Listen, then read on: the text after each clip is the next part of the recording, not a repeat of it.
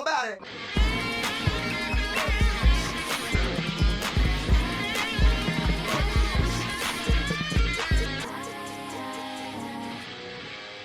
That was real good. That was money, first of all. Let's do another one. Okay. One thing that I really did have an issue with was how Kristen Wiig's character Erin completely threw herself at Kevin, like over and over and over and over and over. And, you know, if that would have been reversed in 2018 and a man was like making these very obvious sexually based passes at a woman, the internet would literally burn down. Now, you could make the argument that in the original Ghostbusters, Bill Murray's Peter Venkman really hit on Sigourney Weaver's Dana Barrett pretty hard, and you're right, but nothing like what happened between Kristen Wiig's character and Chris Hemsworth's character. I think the worst that Venkman ever did was slip up and say, I'll take Miss Barrett back to her apartment and check her out. I mean, I'll check out Miss Barrett's apartment, you know. So, you know, semantics, I guess.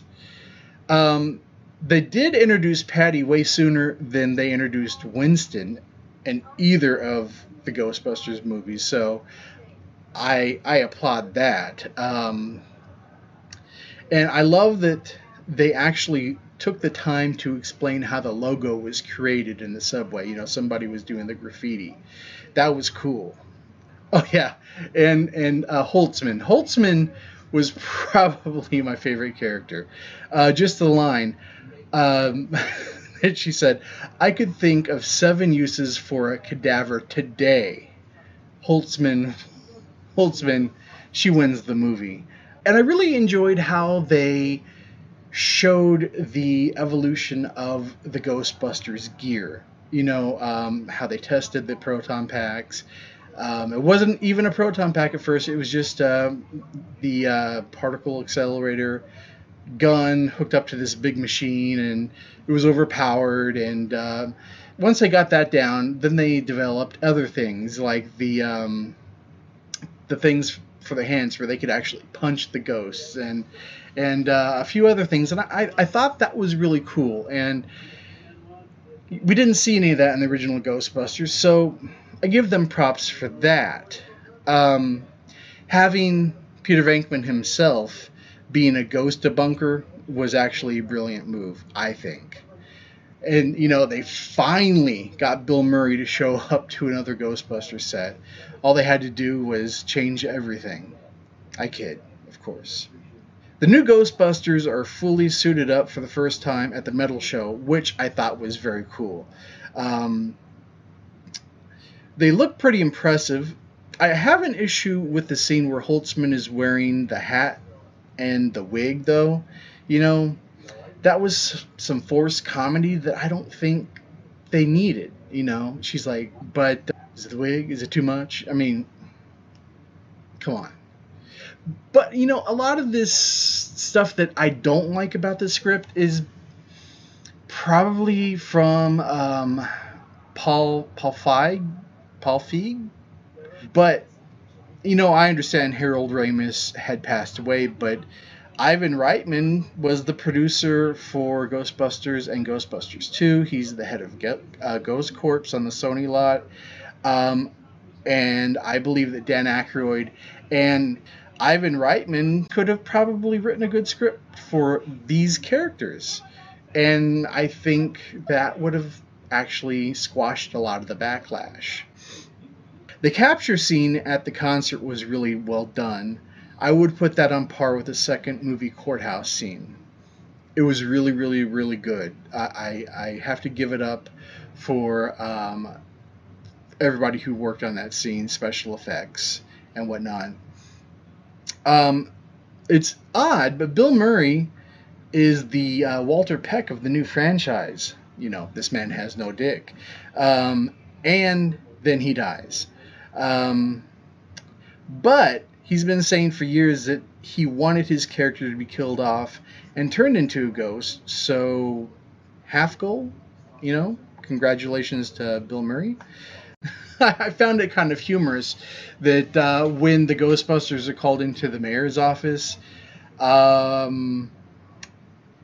they thought that Homeland Security could catch the ghosts. Who wrote this? Oh yeah, Paul Feig. More new toys. This goes back to how they show the development of the equipment. So the ghost grenade was awesome. The ghost chipper, the proton glove, all actually very, very cool. I like that they're thinking outside the box here, and the inclusion of the ley lines was actually a brilliant idea, because ley lines are actually real. Look it up. Janine working the phones at the new haunted Ground Zero. Cameos are fun. It's convenient that the book Aaron and Abby wrote had all of the extra blank pages for Rowan to psychotically doodle his entire diabolical plan in. That was an oversight for the film, I think.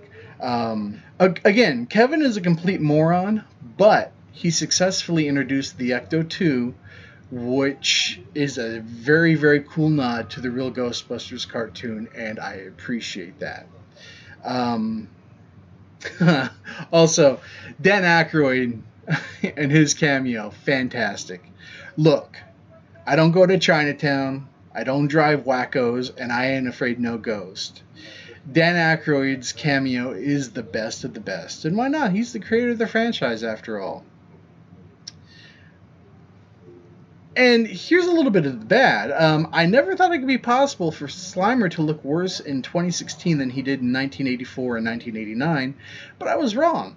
Ironically, aside from the cartoon version, he looked best in 1984. So, and I had some issue with the overall look of the ghosts. I don't know if it was like the neon lighting from behind on some of the ghosts, and Slimer just looked horrible.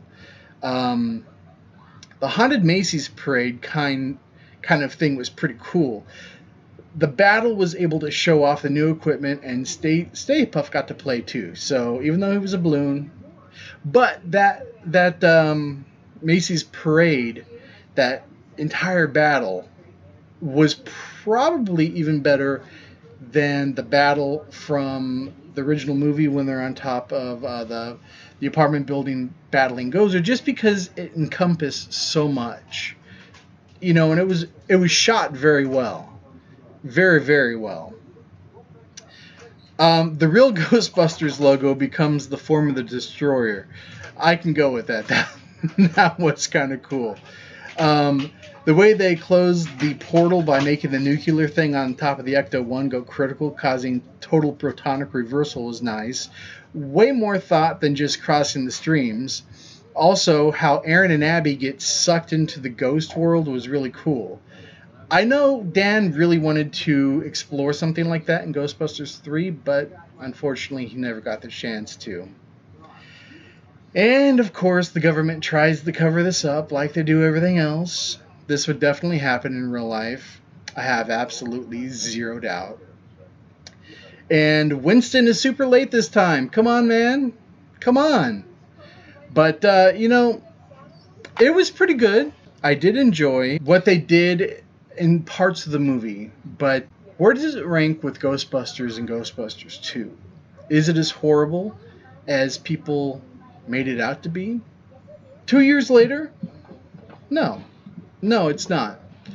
It's heavily flawed, and I think if Dan Aykroyd and Ivan Reitman would have written the script, the same four female actors could have made a much better movie, because an actor can only do the best with what's written for them.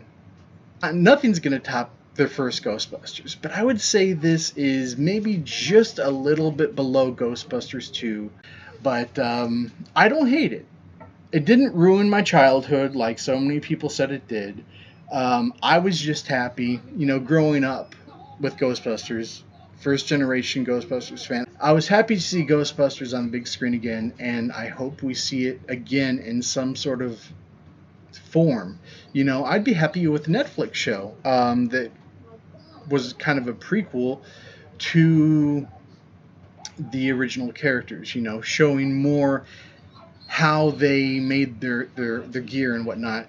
And you know, that was my biggest issue with the new movie. It wasn't that they were women, it's just that it wasn't the original characters, you know. I wanted the original characters, and they could have gender swapped the original characters, you know, as long as they had the same last names. I would have been cool.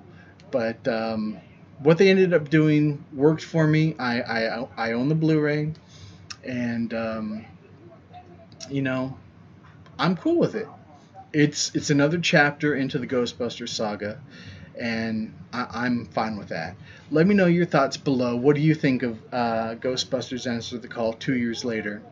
Let's have a polite discussion, because I know there are a lot of trolls out there who absolutely hate the movie. So thanks for watching. Talk to you soon. Hey guys, thanks for checking us out. Be sure to subscribe to both channels, and make sure you check out our friends in the Fandom Menace. You can check us out on YouTube, Twitter, Facebook, and Instagram, and you can also send us an email at Sean@SeanStackHouseReacts.com and Chris Knight at TheRealReview3000.com.